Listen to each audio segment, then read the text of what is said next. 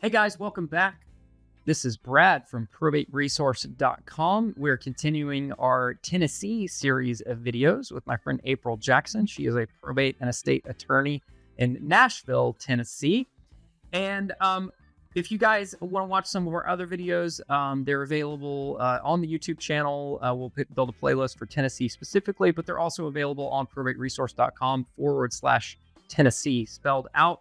And we've got April's contact information over there on the site as well. So the question for today is, what if an heir wants to buy property, whether that's real estate or some asset from the estate? They want to keep it.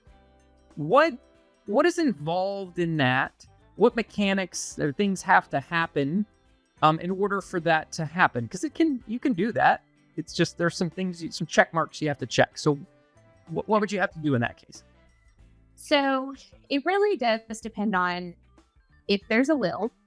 Okay. And then what property it is that they're wanting to keep. So say that there is a will, and then the administrator, the personal representative, the executor, whatever it's called in your specific county, it's going to depend on whether or not that will gives the right to manage that, usually real estate, whether it gives the right to manage real estate to the executor. Because if it does, then that is really up to the executor to either sell the property and give the proceeds to the family through the probate process, or they could basically say, okay, well, maybe you don't get any cash and you just get the house. Like, that's how we're going to split it up. Depending again on what the will says. If it's something like a car or cookie jar or something like that, the executor can just make that decision. Right. Like, what is this cookie jar worth? What is this car worth?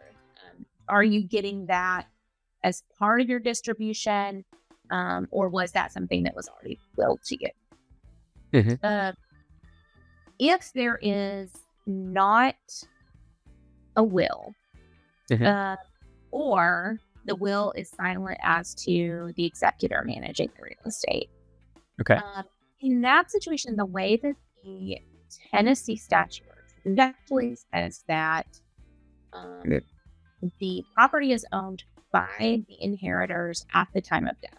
So, mom dies at midnight, and at 12:30, you own the property. Okay.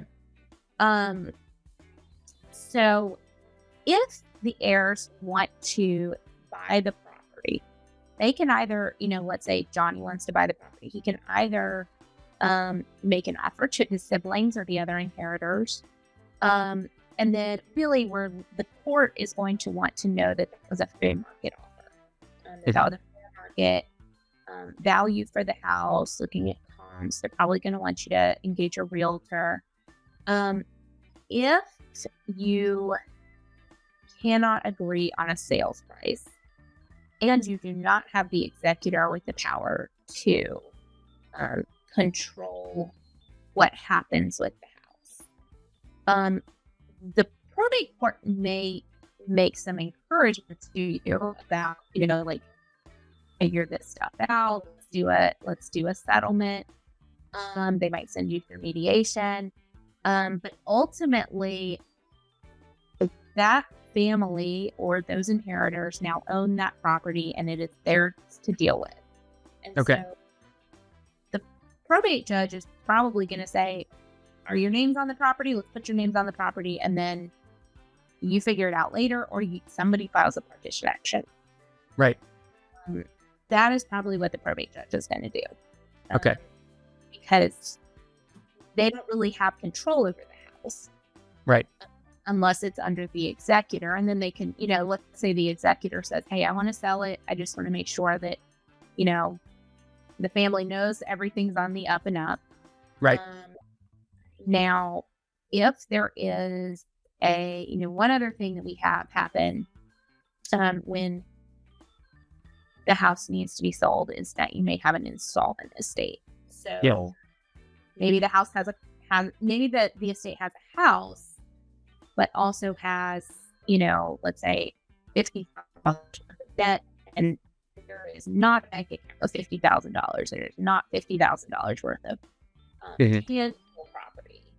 And so then the executor would file a petition to pull the real estate back into the probate estate for the purpose of selling it. I So see. you pay off that $50,000.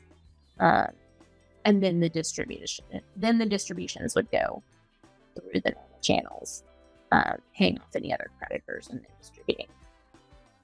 And if one of the heirs wanted to buy that from the estate, they wanted to keep the property, they would need to submit an offer through and sort of go through the normal closing process, and they could buy it out. But basically what you're saying is either the executor or the other heirs would then have to all agree as to the price or whatever that amount is, Right.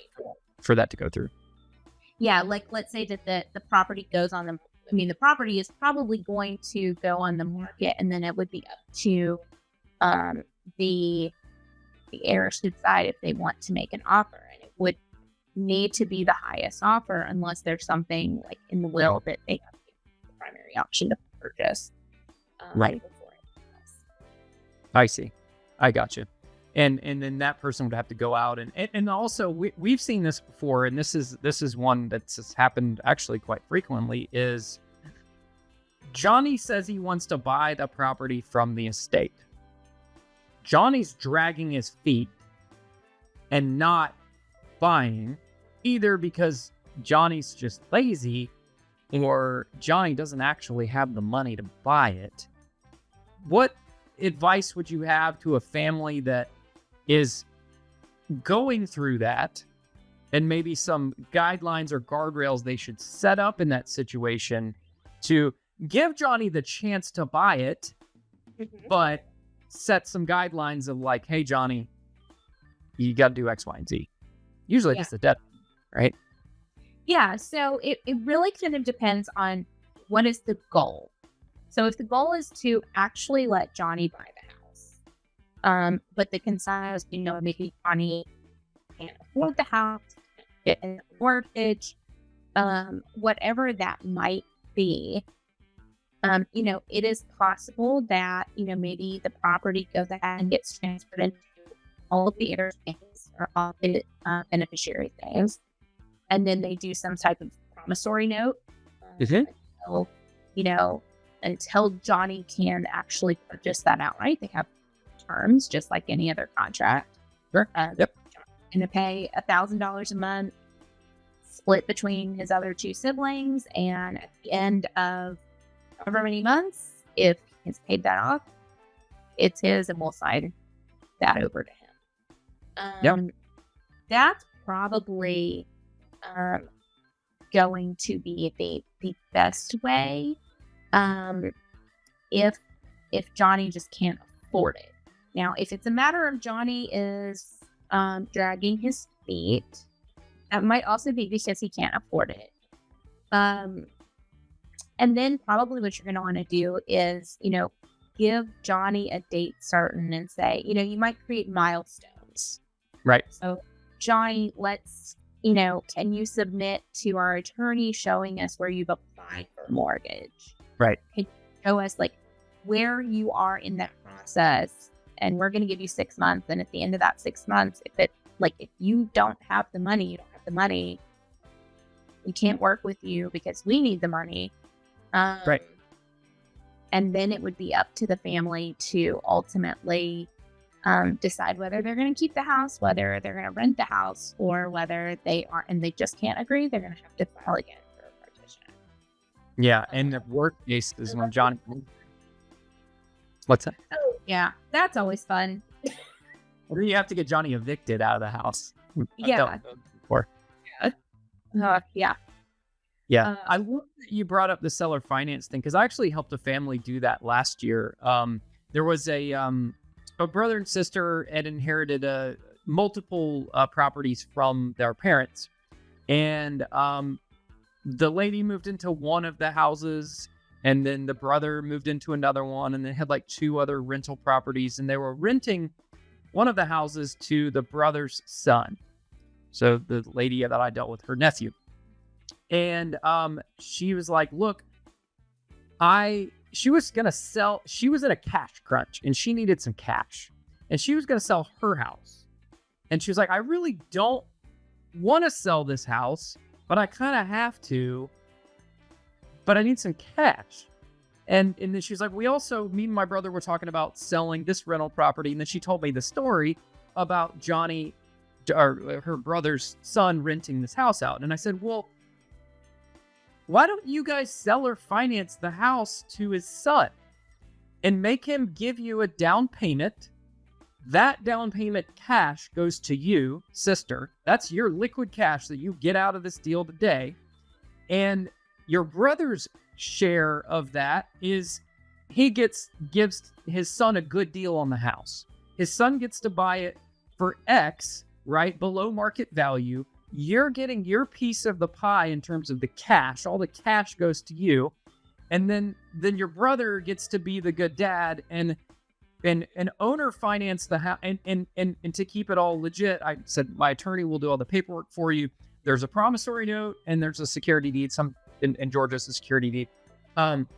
So that way, if the son does default, then you guys can do a foreclosure action and foreclose and take the house back. And the lady was like, oh my God, that's a great idea. And they went and did it. And I think it all works out. I haven't heard from her since, but I connected her with my attorney. I was like, this is how you can solve that situation. So you don't have to sell your house today, and you can get some cash, and everybody wins. Yeah. Most people don't know that. They don't know that you can even do that. Yeah. And it really is, if something is validly under the jurisdiction of the probate courts, if the family is in agreement, the court's probably going to be good with that. Sure. But other than that, sometimes it really is thinking outside the box of what does each person really want? Yep. What outcome do you need to live with this situation? Right. So, and again, we talked about this previously, like if you own the property and you expect it's going to go to your children, find out what they want to do with that to the best of their awareness at the time. Because in that situation, I'm envisioning that, okay, you have 2 children, they inherited one, and then they each inherit, I don't know if they inherited the other 2 properties together, but like, does one want to sell? Does one want to make them into, continue them as rental properties? And then how are you going to hold the proceeds? Right. Because you probably want some type of business entity or a trust to manage that. They had that in that case. They had put everything into a trust, and then the trust sold the one property to the sister, and then the trust sold the other property to the brother, and that was his house, and that was her house. And then there were 2 other properties that were still rentals. One was rented actually to the nephew, and the other one was rented to some other people. I don't know, Yeah. So, and they wanted to sell the other one. They didn't want to be landlords anymore. And then they wanted to sell the one that the nephew was in, but she's like, I don't want to, I love my nephew. He's a great kid. And like, I don't want to kick him out of the house, but like, I need cash. I need money. And it's kind of stuck in that house right now. So that's when I presented this solution to her. And I was like, have you thought about this? And she's like, that's genius, So, so there are solutions to this. Sometimes you need to consult with a creative real estate professional or an attorney who has experience, and they might be able to shed some light on some creative solutions to getting. At the end of the day, everybody's got needs, wants, and desires, and how we can all get what we need, want, and desire is how we come to solutions. So, awesome, April. Well, thank you for addressing that situation that actually occurs somewhat frequently. So I appreciate you guys checking out this video. If you want to go check out our other Tennessee specific videos, you can go to probateresource.com/Tennessee spelled out, or on our YouTube channel, we'll have a Tennessee specific playlist. Thank you again for your time, April. Check out our other videos, guys. Thanks, Brad.